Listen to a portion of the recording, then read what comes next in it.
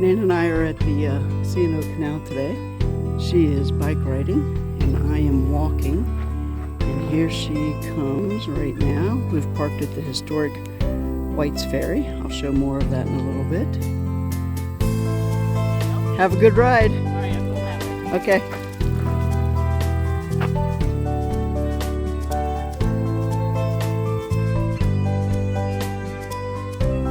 She's wearing her orange vest because she is actually part of the C&O Canal Bicycle Patrol. So she's going to count the hours that she rides today towards her volunteer hours. White's Ferry.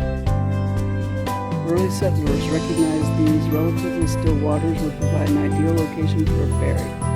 The first ferry operation here was Conrad's Ferry in 1817. After the Civil War, former Confederate soldier Elijah White purchased and made many improvements to the service. He named his ferry boat in honor of his former commander, General Jubal Early. Farmers from Virginia used to ferry to get their crops to market from Washington, D.C. and Maryland via the canal. In the days before modern refrigeration, a farmer's access to reliable transportation meant the difference between prosperity and watching a year's worth of work rot in storage. Together, the canal and the ferry shortened the time it took farmers to get goods to market. Today, White's Ferry continues to serve the needs of its community by providing a safe river crossing and a living link to the past. Which is true, except that right now there is conflict between White's Ferry on the Maryland side and the private property owner on the Virginia side, who refuses to let the ferry land at his land. So it has closed down. It's been closed for a while. The state is working on purchasing it so that they can reopen the ferry. It's heavily used by local traffic. This is a view of White's Ferry, the route down to the ferry. It's sitting there, but there's a tractor walking it, keeping on it, won't go anywhere if you do. And then the general store and ice cream, which we plan to go to here after her bike ride. Chesapeake and Ohio Canal, National Historic Park. The canal and towpath are dedicated to Justice William O. Douglas of White Ferry. Remnants of the old canal wall, and the canal right up here. It's all filled in now, but I'm not going to really fill it in, but you can see where it was.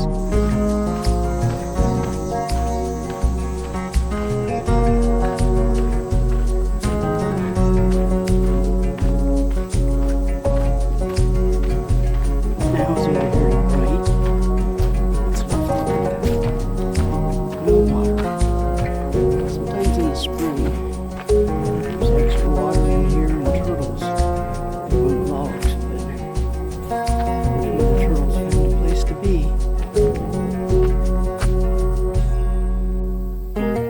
So here we have a little bit of water, very green, but a little bit of water in the bottom of the canal.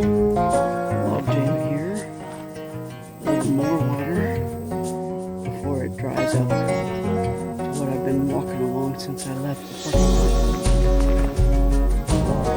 So I don't know, maybe we'll see a few turtles and then we get a little more.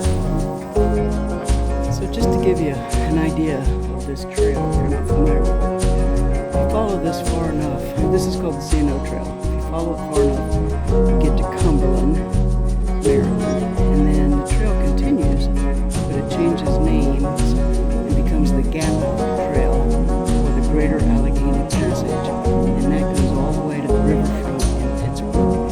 And there'll be a guy coming along here in a minute. I saw him where I got on the trail at White's Ferry. He was headed down to the general store. After I told him about it, he didn't seem to know about it. He was headed down to the general store to get some cold drinks and maybe ice cream or a sandwich. And he has all his gear on his bike, and he is riding to Pittsburgh.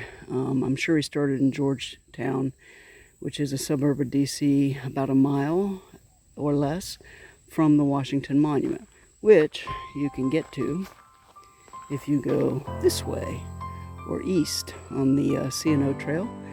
You'll ride right through historic Georgetown eventually, and then you can turn and follow the River Road up to the Washington Monument and the mall. So I should add to that description of the C&O Trail and say that Nan and I have bicycled the entire thing more than once. I think she's done the entire thing 3 times, once before she met me, and then we've done it together twice. The last time we did it, we started in Pittsburgh. We rode all the way beyond Cumberland, and we got within a couple of days' ride of finishing it up at Georgetown, and it became about 98 degrees like it is today and humid. And we said, you know, this is supposed to be fun. We went home for a few days, and then I think the next week we cooled off a little bit. We came back and we finished up those last couple of days. So we did do the whole ride, just not continuous, without going home in between for a few days. So here's a mileage marker. I started at 36, actually just a little bit before 36. So from when I got on the trail today, I've walked from the parking lot from the car probably 1.25 miles, maybe 1.33 miles. I'm going to turn around here. I haven't been hiking for a while, and it is a really hot day. So I'm going to turn around here, walk back 1.25 miles from where I started, and then if Nan hasn't caught up with me, I'll go in and get an ice cream or something while I wait for her. And then we're going to decide if we want to eat dinner here at White's Ferry, or if we're going to go to one of the other many restaurants in Poolsville, which is the closest canal town to this trail. And so we may do that. Okay, so I found a much shorter access to the river, so you're looking at the Potomac River right here. I'm still not going to go all the way down there and touch water, because here it drops pretty steeply on this bank to get to the water's edge. But as you can see, it was a fairly short trail right here to where it levels out right there to the C&O. While I'm standing here, I don't know if you can hear it, but there is thunder in the distance. Ooh, 2 ducks just flew downstream. Didn't catch what they were. Hopefully they show up in the video. But anyway, there's thunder in the distance. It's getting closer. The sky over there looks kind of threatening. So I may get wet before I get back to the car, or it might pass us by. The sun was shining. It's gotten kind of cloudy now, so maybe it is coming my way. Actually, at this point, it's so hot and humid, it would feel good if it did rain. Okay, there's a green heron on the water right there. Wow, I didn't even see it when I came by the first time, but I'm sure he was there. So I don't know whether he'll fly away once he realizes he's been spotted, but that's a green heron.